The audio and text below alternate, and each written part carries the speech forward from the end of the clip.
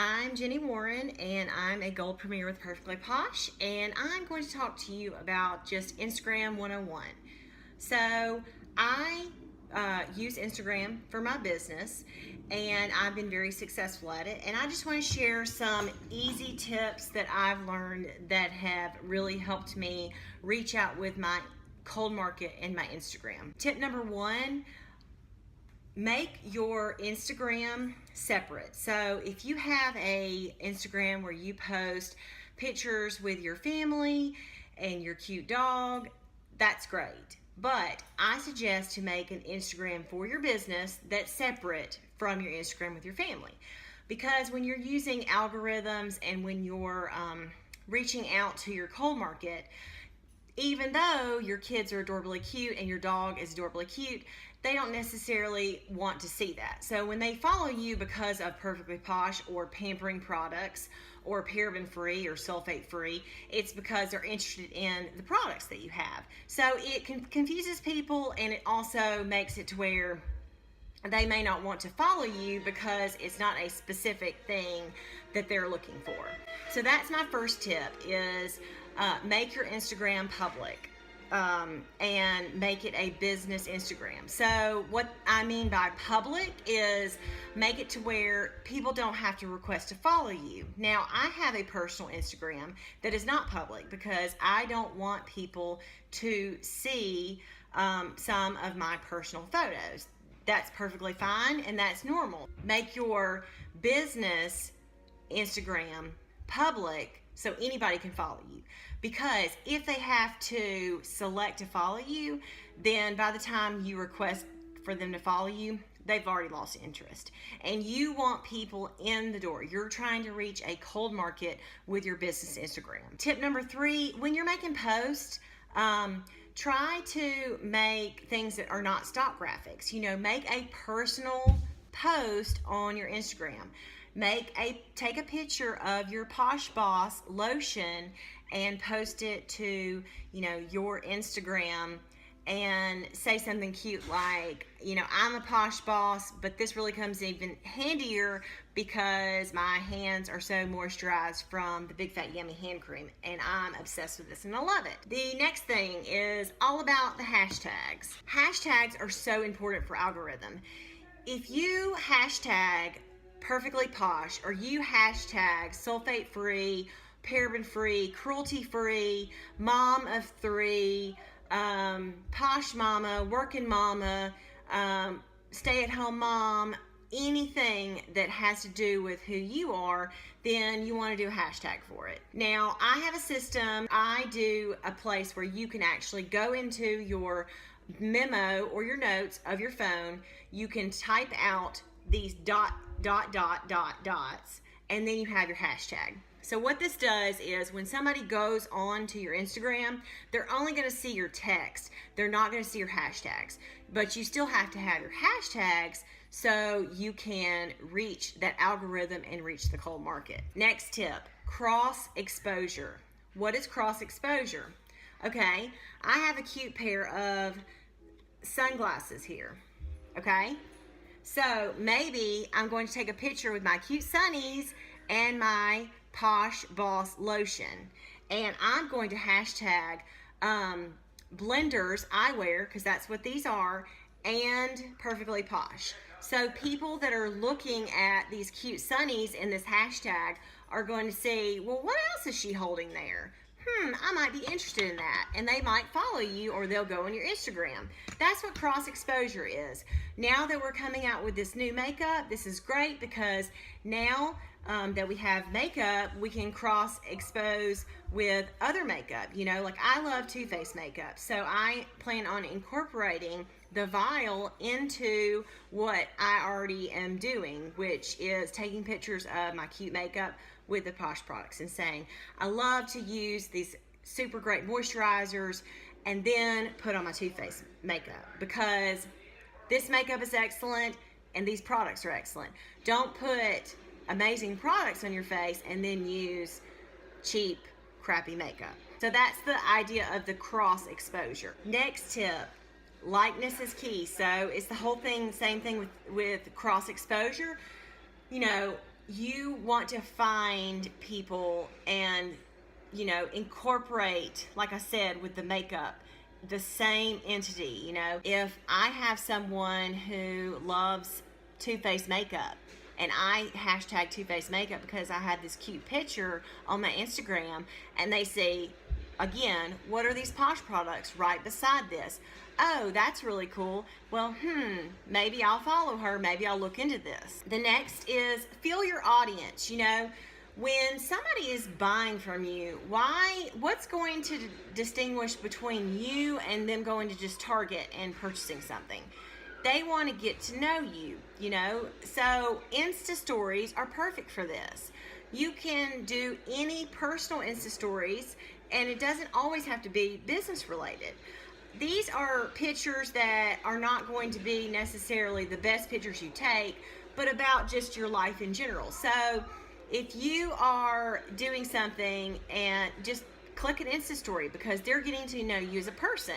And when they get to know you as a person, this might be a way that they will likely start shopping with you, because they're like, she's really cool, or she's really fun, or I like to see her family. It's making it personal and building a relationship. And then also, when people, message you on Instagram, like, don't just type up some little thing really quick. Like, make a meaningful post, and then make a meaningful, when you're having a conversation with somebody, make a meaningful conversation. Don't just answer their questions. Ask them what they like. And if they're just very simple and they answer very quickly, then ask them to, expand on that a little more. Well, tell me more about that. Tell me more about why you like those products. Telling a story is huge on Instagram, both with Insta story and with just your regular Instagram. I love just a very beautiful space, a very white space, or just a very simple space with the products. If you are a person where you don't like taking pictures of yourself with the products, that's fine. I really think that to help your business, it's great to put yourself and the products, but you can take a picture with just the products. As long as it's a personal picture and it's not a stock graphic, it gives more of an experience of you're actually using these products, because you can't really sell anything or promote anything if you yourself are not actually using it. Breaking up the colors on your Instagram. Don't just think about each personal post. Think about how they all go in sync. When I'm posting, I will post a picture of a person like myself or my child with a Posh product.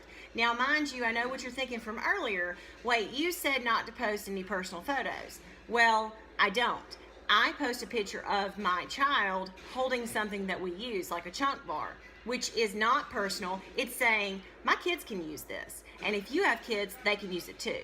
So it makes it personal, but it doesn't make it to where when they go on there, it's just a picture of my child and it has no relation to Perfectly Posh, if that makes sense. Follow people. Follow people that have similar interests to you. So you're going to want to follow people that, I'm a runner, so I like to follow people who, and I also was a Weight Watchers leader and lifetime member. So I'll follow people who love, exercise. I'll follow other moms. I'll follow people who are beauty bloggers. I'll follow people who love makeup, because these are all things that I have interests and common likes with that person. The next tip is do giveaways. Even though your Instagram will be public, you can do just a simple giveaway. So you can give a product away for just follow me. You're not giving them, if you buy this amount, then you'll get this free product. You're simply saying, once I get to 2,000 followers, or once I get to 1,000 followers, I'm going to give a product away. Or I'm doing a giveaway this week. Follow me and tag 3 of your friends. That's perfectly fine. You can totally do that. And that will get you more reach, and it'll get you more followers, and it will help your algorithm. If people comment on your algorithm, or people follow you on your algorithm, and they're not necessarily people, they seem like companies, and they comment things like good graphic, good content, things that seem spammy, who cares?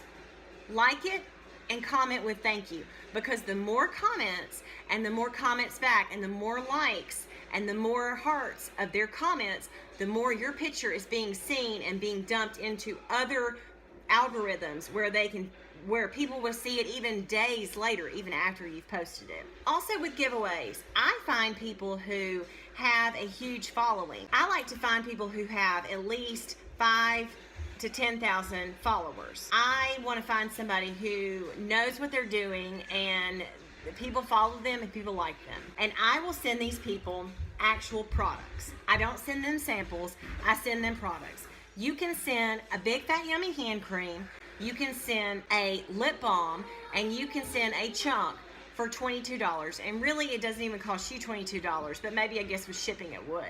With a nice note and extra samples, you can give them these products for very inexpensive. When you are sending people full-size products and all their followers are seeing this, they're not seeing samples, they're seeing the full products. And what do you think that they're going to remember more?